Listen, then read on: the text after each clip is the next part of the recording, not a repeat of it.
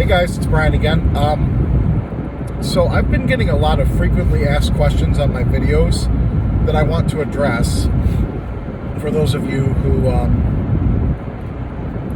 have been asking them.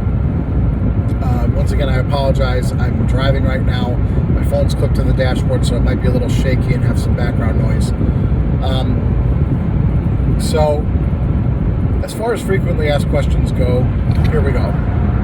The number one question that I always get asked is, what is your favorite fan? And that depends on what you mean by fan. Do you mean ceiling fans or portable fans? As far as ceiling fans go, my number one is always and always will be the Hunter Original.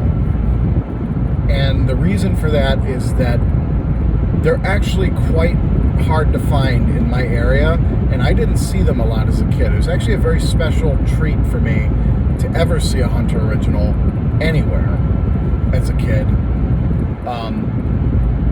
And I can honestly only think of two places that I've ever seen them really in the Cleveland area. Three places, actually, from my childhood. The first place was Outback Steakhouse in Westlake, where I grew up. They had a bunch of them in the restaurant. No longer anymore. They remodeled the restaurant and took them down. They were black, 2-amp, 5-blade, 52-inch originals with oak blades. Absolutely gorgeous. Great install. And as a matter of fact, I believe that a lot of the Outbacks had those. Must have been a corporate thing in their restaurants. Correct me if I'm wrong. The second spot was there was a United Dairy Farmers convenience store in Lakewood on Detroit Road that is now called Uptown Mart. And in the what do they call that? I don't know if you call it a solarium or an atrium or whatever, table area with the big glass sloped roof. They had two late 80s 1.1 amp originals that were brown and polished brass, and I actually have a video of them on my channel that are no longer there, sadly. I can remember those being there. And then the third place was actually a restaurant that my dad used to work at back in the 70s when he was in high school. And that's on the east side of Cleveland, and it no longer exists, sadly. They bulldozed it years ago. And it was called Fanny's Restaurant. They had, I believe, two, maybe more, Robbins and Myers Hunter Originals in the dining room. Probably those fans were there, oh God, I don't even know how old they are. They might have been the early 80s. It could have been the 70s. I have no idea. I only saw them once in my life, and my dad claims that they were not there when he worked there. I don't know. I don't really remember. That restaurant's long gone, so unfortunately I won't be able to go and video them. But Hunter Originals, my favorite fans. I've seen them in Disney World, of course, is probably the number one spot where everybody sees originals. Various other amusement parks, Universal in Florida, I could name a ton of different parks that have had them over the years. They even had them at Cedar Point in Sandusky when I was a kid, but those are no longer there. But it was always a treat to see them because it was mostly a southern thing. You didn't really see them in Northeast Ohio that much. I can't explain why, but it was a southern thing. So Hunter Originals. Second favorite ceiling fans. Any Casablancas older than 1985. Love them. Always was a treat seeing older Casablancas when I was a kid. Especially anything that's K63, anything that is cardboard box variable speed control, anything that has the bell canopy and the spiral down rods. Stencil blades, huge lover of stencil blades, my favorite kinds of blades. Casablanca fans, older Casablancas, love them. Gorgeous. Fascos, third favorite, love them. Charleston's, Parlor Fans, Heat Cyclers, who saw those maybe twice in my life. Didn't really get to see a whole lot of those. Emerson fans, Blender fans, a lot of the old plastic Emerson fans, K63, K55, KB55, whatever they might be. Those are really awesome. Love those fans. And Newtones. Newtones are big for me too. They were made in Cincinnati, and they still exist to this day. I don't know if they still make ceiling fans or not, but the older fans like the Sea Island, the Veranda Deluxe, the Hacienda, very, very cool, high quality, love them. Another favorite of mine is cast iron spinner fans like Union, Evergo, Montgomery Ward, Miami Carry. Those are huge for me. My favorite spinner fans of all time. Some of the 90s big box fans, Hunters, older Hampton Bays, those are really cool. I have a huge variety of taste in ceiling fans, but the main ones are older Casablancas, Hunter Originals, Newtones, Fascos, Emersons, things like that. Another frequently asked question is, where do you get your fans? That depends. The main place that I get my fans from is Marketplace, Facebook Marketplace to be specific, OfferUp, LetGo, and Craigslist. Although Craigslist not so much anymore because there's just nobody really uses it anymore, and it's been kind of crappy. I also get fans from other collectors that I trade or buy from. Just depends.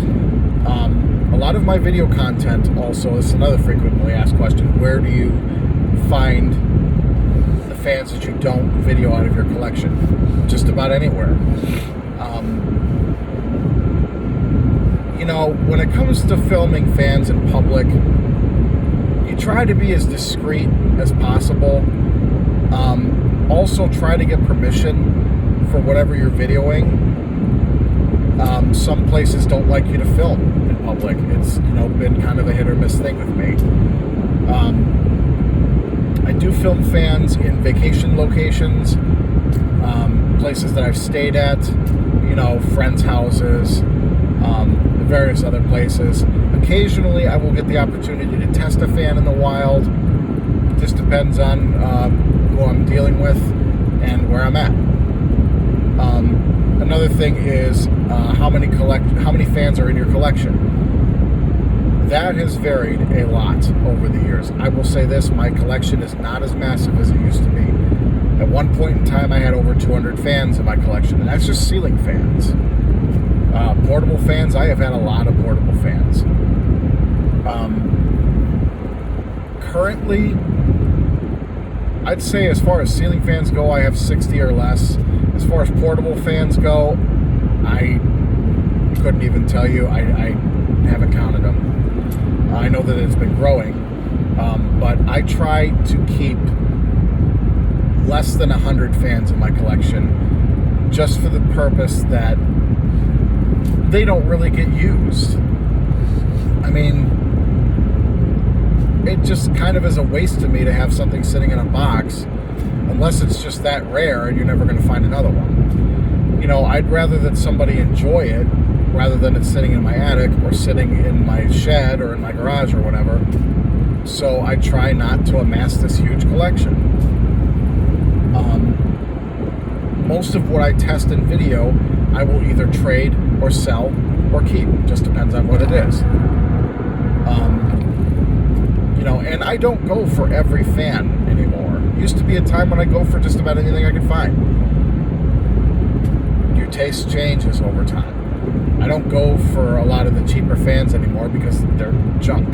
And there's a lot of content on those in various places on the internet. I try to bring to my channel fans that don't exist on YouTube if I can. But I also try to bring to my channel what I basically pick up for my own interests. Another frequently asked question, can you do more vlogs? Yes, I will try my best to do more vlogs.